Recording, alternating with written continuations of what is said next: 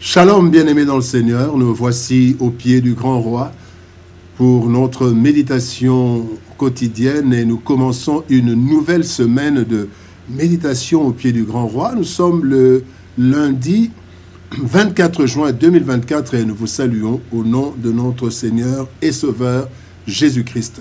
Pour notre méditation de ce jour, nous allons lire un texte dans la lettre aux Hébreux. Hébreux chapitre 4, verset 11, dans deux versions.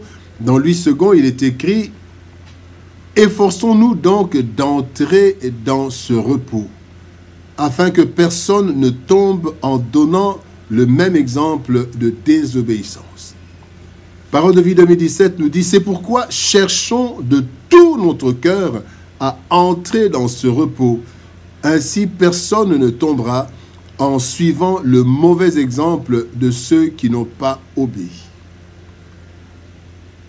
S'efforcer pour le repos.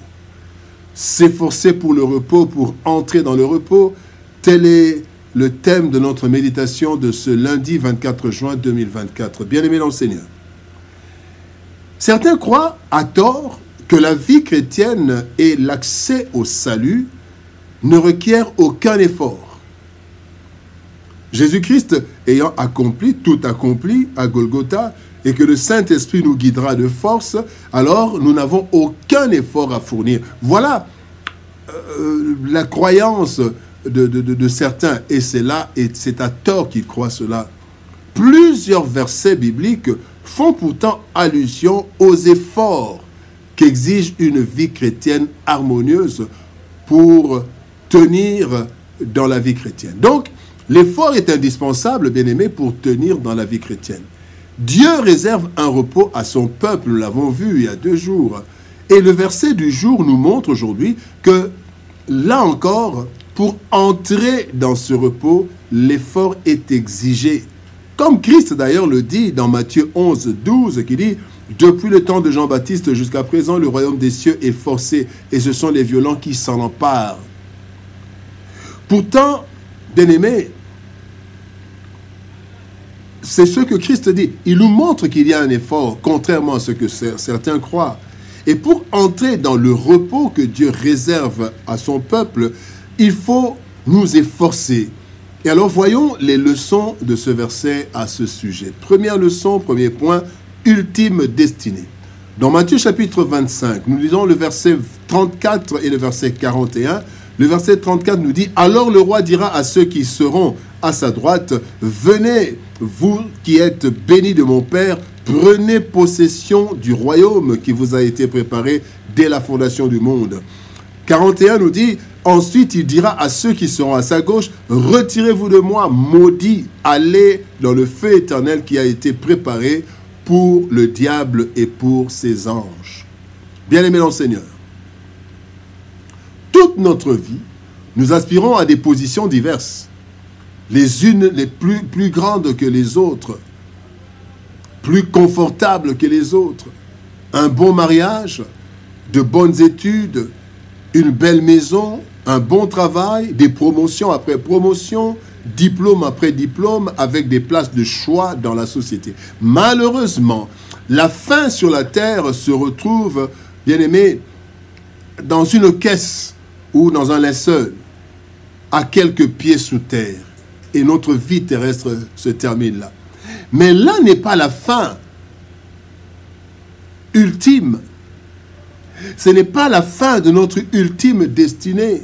Ce n'est pas la fin. Notre ultime destinée est le royaume des cieux d'un côté et de l'autre côté c'est l'enfer, le monde des ténèbres.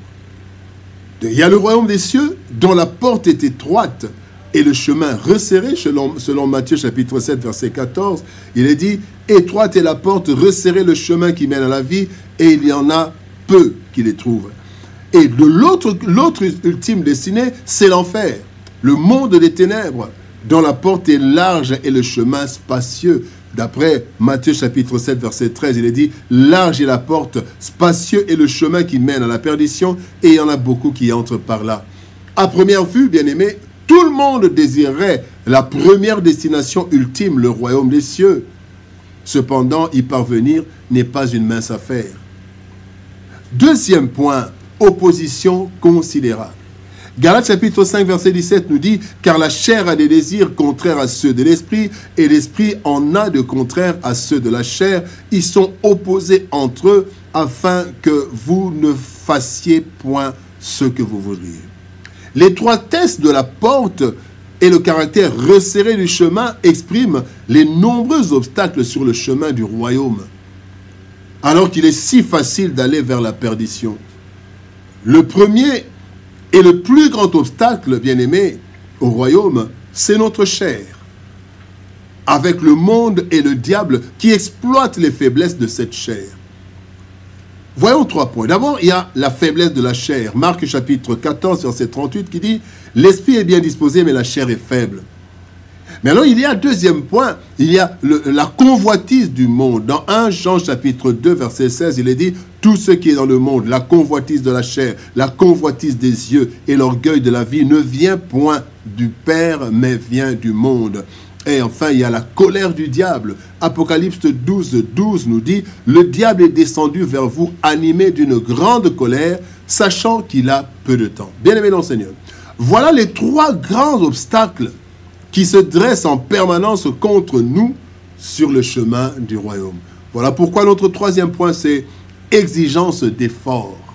S'efforcer pour le repos. Exigence d'effort. 2 Timothée 2,15 nous dit « Efforce-toi de te présenter devant Dieu en homme, une personne qui a fait ses preuves en ouvrier, qui n'a pas à rougir de son ouvrage parce qu'il transmet correctement la parole de vérité. » Bien-aimés dans le Seigneur, considérant la haute et inestimable importance de notre destinée finale, ainsi que les obstacles sur le chemin vers la gloire, nous avons tout intérêt à nous donner à fond pour ne pas rater ce merveilleux et dernier rendez-vous de la vie, comme certains l'ont fait, comme Israël l'a fait dans le temps. Ainsi, il nous faut 4 choses. D'abord, il nous faut nous efforcer pour une vie de prière sérieuse.